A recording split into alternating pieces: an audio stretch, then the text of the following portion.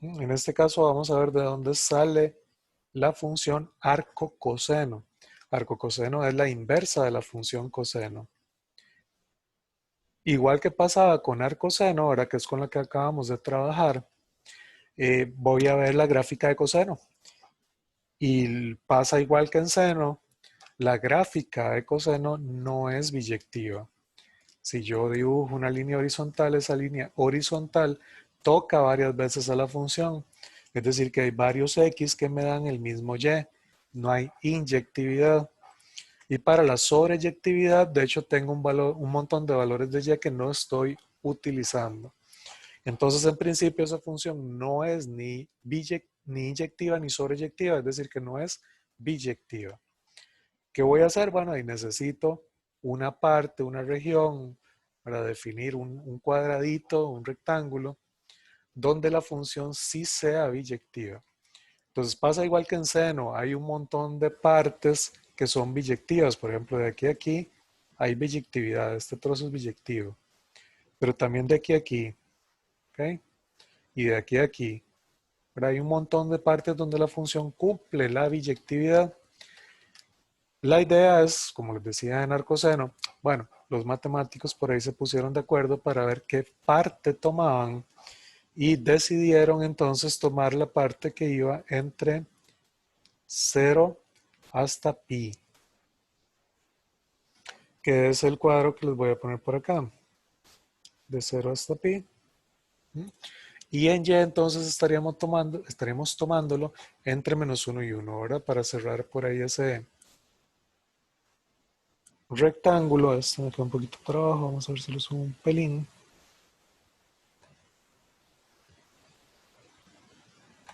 Vamos más o menos por ahí. Y abajo igual, entre -1 y 1 en y. ¿Okay? Entonces, si ustedes notan en esta región, en esa parte, la función sí cumple biyectividad. ¿Verdad? En esta región la función es inyectiva, va de 1 a 1. ¿Verdad? Si paso una recta horizontal, aquí no corta varias veces. No hay dos X que me den el mismo Y. Y además es sobreyectivo. Ya en este recuadro, cuando yo tomé nada más este pedazo, yo sí estoy utilizando todos los Y's que están en ese cuadro. Todos los que están entre -1 y 1. Entonces, igual que hicimos con seno, yo voy a decir que aquí, para que coseno sea biyectiva, o sea, tenga inversa, sea invertible, la voy a redefinir en un cuadro más pequeño. Entonces se define como coseno que va de, vean que estoy tomando en x de 0 a pi y estoy tomando en y de -1 a 1. Ese es el cuadro que vamos a tomar. ¿Cómo se define? Y como todas las inversas, ¿okay? Se define como, bueno, se define la inversa de coseno como arco coseno. Arco coseno entonces estaría tomando el ámbito de la función coseno, esta redefinición que yo le hice, y me estaría dando, ese sería su dominio, y su ámbito sería el dominio de esa función coseno ya redefinida para que pueda yo decir que tiene inversa. Y estaríamos diciendo entonces que yo diría que y es arcocoseno de x si y solo si yo le calculo coseno a y eso me da x, que es lo opuesto. Entonces, si yo le aplico arcocoseno a x y me dio y, es porque si yo le aplico coseno a y me da x. Eso es lo que estoy diciendo para que sean funciones inversas, tal y como lo habíamos dicho cuando definimos en general una inversa. ¿Ok? ¿Cómo se ve la gráfica de arcocoseno? Bueno, y antes de la gráfica, lo que había dicho con arcoseno. Arcoseno me devolvía valores en el primero y en el cuarto cuadrantes. ¿Qué pasa con arcocoseno? Arcocoseno solamente me devuelve valores entre 0 y pi. 0 y pi está el primero y el segundo cuadrante, ¿verdad? Primero y segundo cuadrante son los que están entre 0 y pi. Entonces, para que lo tomen en cuenta cuando estemos resolviendo ecuaciones con coseno. Si yo aplico arco coseno, el ángulo me lo da en el primero o en el segundo cuadrantes. Y eventualmente no me da otra solución que va a estar abajo en el tercero o en el cuarto cuadrante, ¿ok? Yo voy a tener que buscarla posteriormente y cuando veamos ecuaciones la próxima vamos a ver ese detalle. Ok, ¿cómo se ve la gráfica? Hagamos por acá un sistema de coordenadas. En Y si lo ocupo, más bien en X lo ocupo entre -1 y 1 y el Y solamente positivo. Voy a mover esto un pelín por ahí.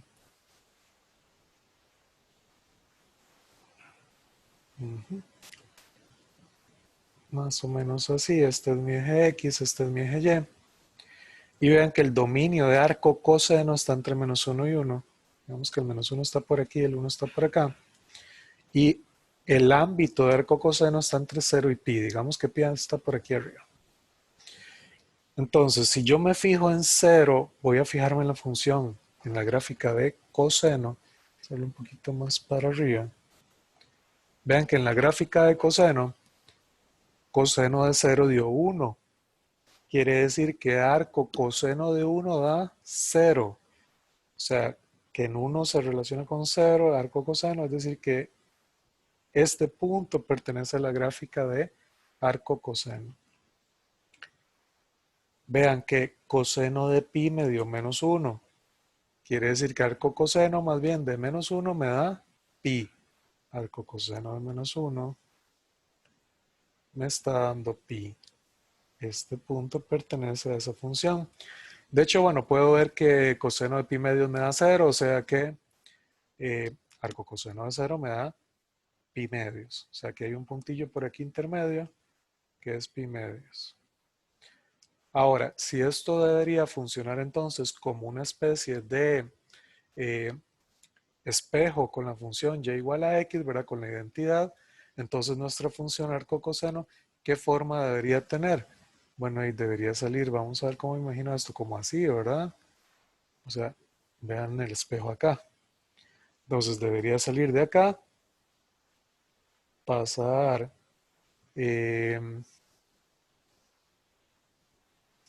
vamos a ver si pasar como para acá.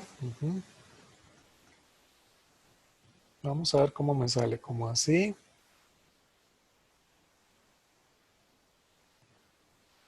Y pasa de este lado así. Okay. Esa es nuestra función arco coseno.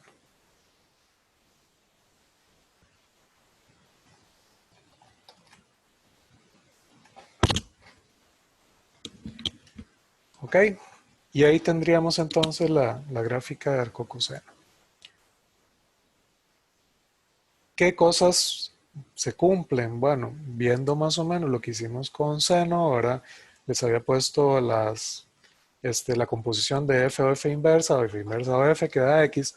En este caso igual, yo puedo decir que si yo le aplico coseno a x e inmediatamente después le aplico arco coseno, estas son funciones inversas, entonces en principio eso me debería devolver x. Pero esto siempre y cuando yo esté trabajando con las X en donde arco coseno me devuelve valores. O sea que en este caso tengo que estar trabajando entre 0 y pi. Aquí pongámosle que X pertenece al intervalo entre 0 y pi. O sea que si estoy entre 0 y pi, esto se cumple. Arco coseno de coseno me da ese ángulo entre 0 y pi. Y al revés también, yo puedo calcular coseno de arco coseno.